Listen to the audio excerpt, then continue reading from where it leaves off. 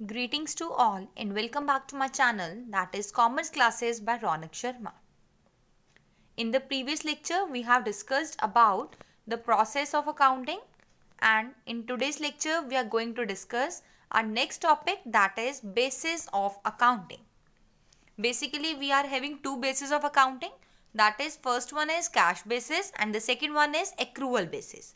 देखो नेम से cash basis तो आप सभी को सजेस्ट हो रहा है कि क्या है, ठीक है, नेम से ही डिस्क्राइब हो रहा है कि ऐसी ट्रांजेक्शन्स जो कि कैश में की जा रही हैं, आप सिर्फ और सिर्फ उन्हें ही ट्रांजेक्शन्स को रिकॉर्ड करेंगे, राइट। अगर कोई ऐसी ट्रांजेक्शन है जो कि क्रेडिट पर हो रही है, मीन्स आपके उसके अगेंस्ट आपको कैश रिसीव नहीं हो रहा है या आप कैश पे नहीं कर रहे हैं, तो आप उस पर्टिकुलर ट्रांजेक्शन्स को रिकॉर्ड नहीं करेंगे। क्लियर? चलो, under this basis, incomes are not recorded unless they are received in cash.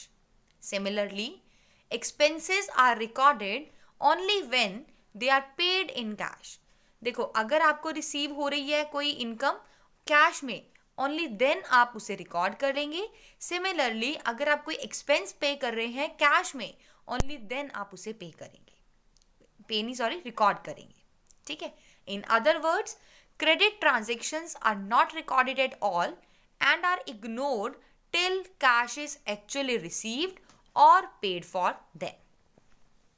Thus, profit is merely the excess of actual cash receipts in respect of sales of goods and other incomes over actual payments in respect of purchase of goods, expenses on wages, salary, rent, etc. Income और profit is calculated with the help of a receipt and payment account. देखो, income को आप कैसे calculate करते हैं, यहाँ पर एक आपका अकाउंट बनता है रिसीट एंड पेमेंट अकाउंट, जिसके बेसिस पर आप इनकम या फिर प्रॉफिट को कैलकुलेट कर लेते हैं। This basis is useful for professionals like lawyers, doctors, chartered accountants etcetera. Now देखो, इस बेसिस के मीन्स कैश बेसिस के आपके एडवांटेजेस क्या होते हैं। This basis is simple, realistic and satisfies the conservative instinct of many people. बहुत ही simple है, बहुत रियलिस्टिक है। देखो, आपका जो इनर एक सेटिस्फैक्शन है ना, वो भी रहती है। आपको पता है कैश में रिसीव हुआ, आप तभी रिकॉर्ड कर रहे हो, आप कभी भी क्रेडिट ट्रांजेक्शन्स को रिकॉर्ड नहीं कर रहे हो, क्योंकि देखो ना, आपको डर होता है कि क्या पता वो फ्यूचर में आपको रिसीव हो या ना हो, क्या पता वो बैड डेट तो नहीं बन जाएंगे आपके। तो हम क्या करते हैं, जो एट प्रेजेंट आपको रिसीव हुआ है, आप सिर्फ और सिर्फ उसी के बेसिस पर ही क्या करते हैं, रिकॉर्डिंग करते हैं। Clear? Second one is it does not require the use of estimates and personal judgement. Third one is it is suitable for those enterprises where most of the transactions are on cash basis. Now disadvantages are it does not give a true and fair view of profit or loss account and the financial position of the enterprise because it ignores outstanding expenses, prepaid expenses, accrued incomes and incomes received in advance. देखो, cash basis क्या कहता है कि आपने सिर्फ और सिर्फ उन्हीं ट्रांजेक्शन्स को रिकॉर्ड करना है जो आपको रिसीव हो गई हैं कैश के फॉर्म में। अगर आपको कोई कैश की फॉर्म में ट्रांजैक्शन नहीं हुई है रिसीव, देन आप उसे रिकॉर्ड नहीं करोगे। बट जब हम बिजनेस की बात करते हैं तो हमारे बहुत सारे ऐसे आउटस्टैंडिंग एक्सपेंसेस होते हैं, प्रीपेड एक्सपेंसेस होते हैं, एक्रूड इनकम्स होती हैं, या फिर कुछ ऐसी इनकम भी होती है जो आपको एडवांस में रिसीव हो चुकी है, ठीक है ना। बट इस बेसिस में आप उन सबको क्या करके चल रहे हैं, इग्नोर करके चल रहे हैं। तो इसीलिए कहा गया है कि कैश बेसिस आपको कभी भी true and fair view P&L का नहीं प्रोवाइड करता। Clear? Now it does not follow matching principle of accounting. Companies act 1956 does not recognize it. Clear है? ये आपकी कुछ 3 ड्रॉबैक्स हैं या फिर हम बोल सकते हैं डिसएडवांटेजेस हैं।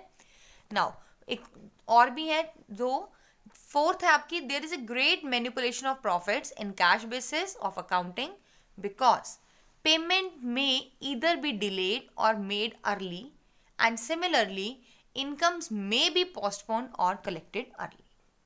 आपकी इसमें देखो मैनिपुलेशन ऑफ प्रॉफिट्स भी पॉसिबल है। अगर आप चाहते हैं कि मुझे अपनी पेमेंट्स डिले करनी, आप डिले दिखा सकते हैं।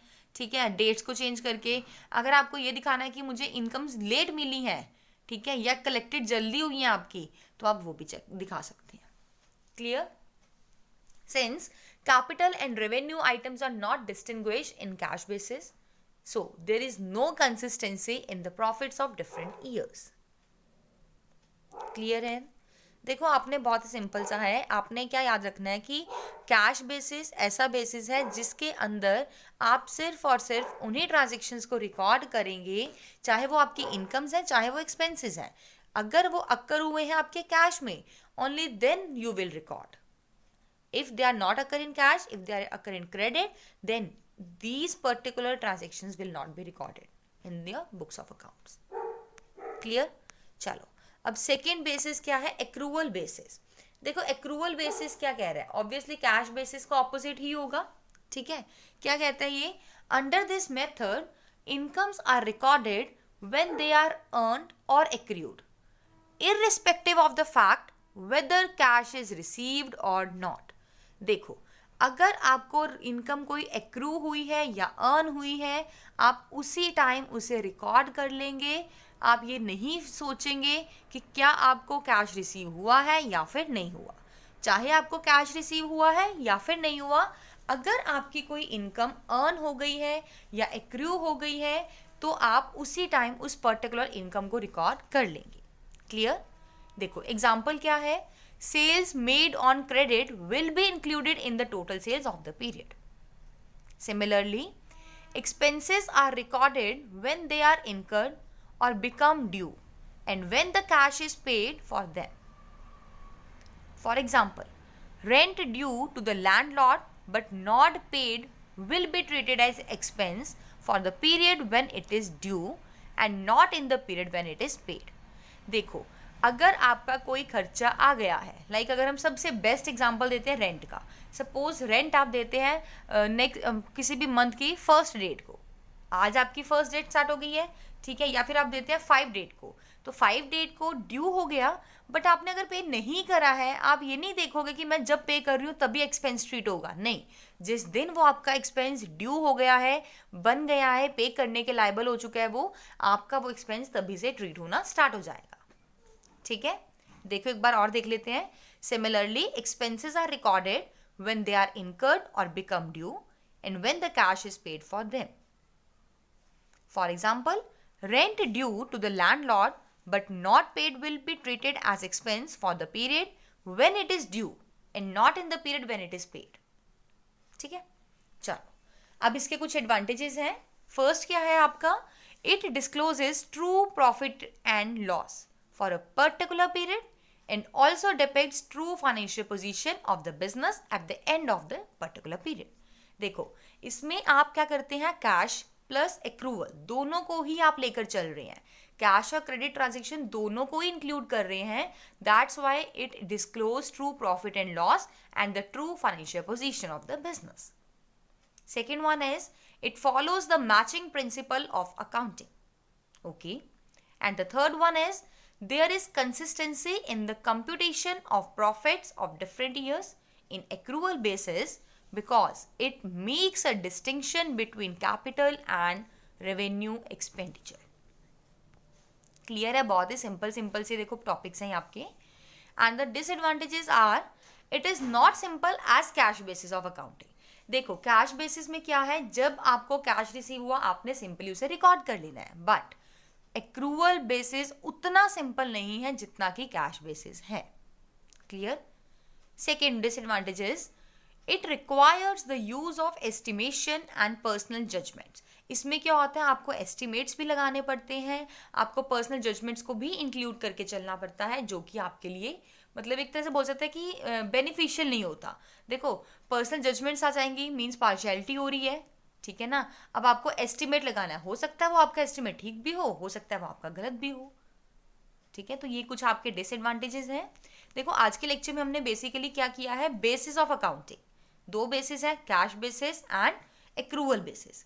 कैश बेसिस क्या कहता है कि आप सिर्फ और सिर्फ उन्हीं इनकम्स को और उन्हीं एक्सपेंसेस को रिकॉर्ड करेंगे जो कि कैश में अक्कर हो चुके हैं, ठीक है। जो भी क्रेडिट है ट्रांजेक्शन्स, जो भी क्रेडिट ट्रांजेक्शन्स है आप उसे रिकॉर्ड नहीं करेंगे। बट अगर हम बात करें एक्रूवल बेसिस की, देन एक्रूवल बेसिस क्या कहता है कि वेदर आपको कैश रिसीव हुआ है या आपने कैश पे करा है, ये मैटर नहीं करता। आपकी कोई भी ट्रांजेक्शन अक्कर होती है, अर्न होती है, या आपको कोई इनकम रिसीव होती, अर्न होती है या एक्रू होती है, आप उसी टाइम उस पर्टिकुलर इनकम को रिकॉर्ड कर देंगे, irrespective of the fact whether cash is received और नॉट। ठीक है। इसी तरह एक्सपेंसेस को भी ट्रीट किया गया है, जैसे ही वो इनकर होता है या फिर ड्यू होता है, आप उसे एज अ एक्सपेंस ट्रीट करेंगे। ऐसा नहीं आप सोचेंगे जब मैं रेंट कोई एक्सपेंस पे करूंगा तब हमने वो लिखना है, नो, जैसे ही वो ड्यू हो गया, आप लायबल बन चुके हैं पे करने के लिए, then you have to record. ठीक है। फिर हमने इसके कुछ एडवांटेजेस किए हैं, देन आपने डिसएडवांटेजेस किए हैं। I hope you like this video. Thanks and have a wonderful day.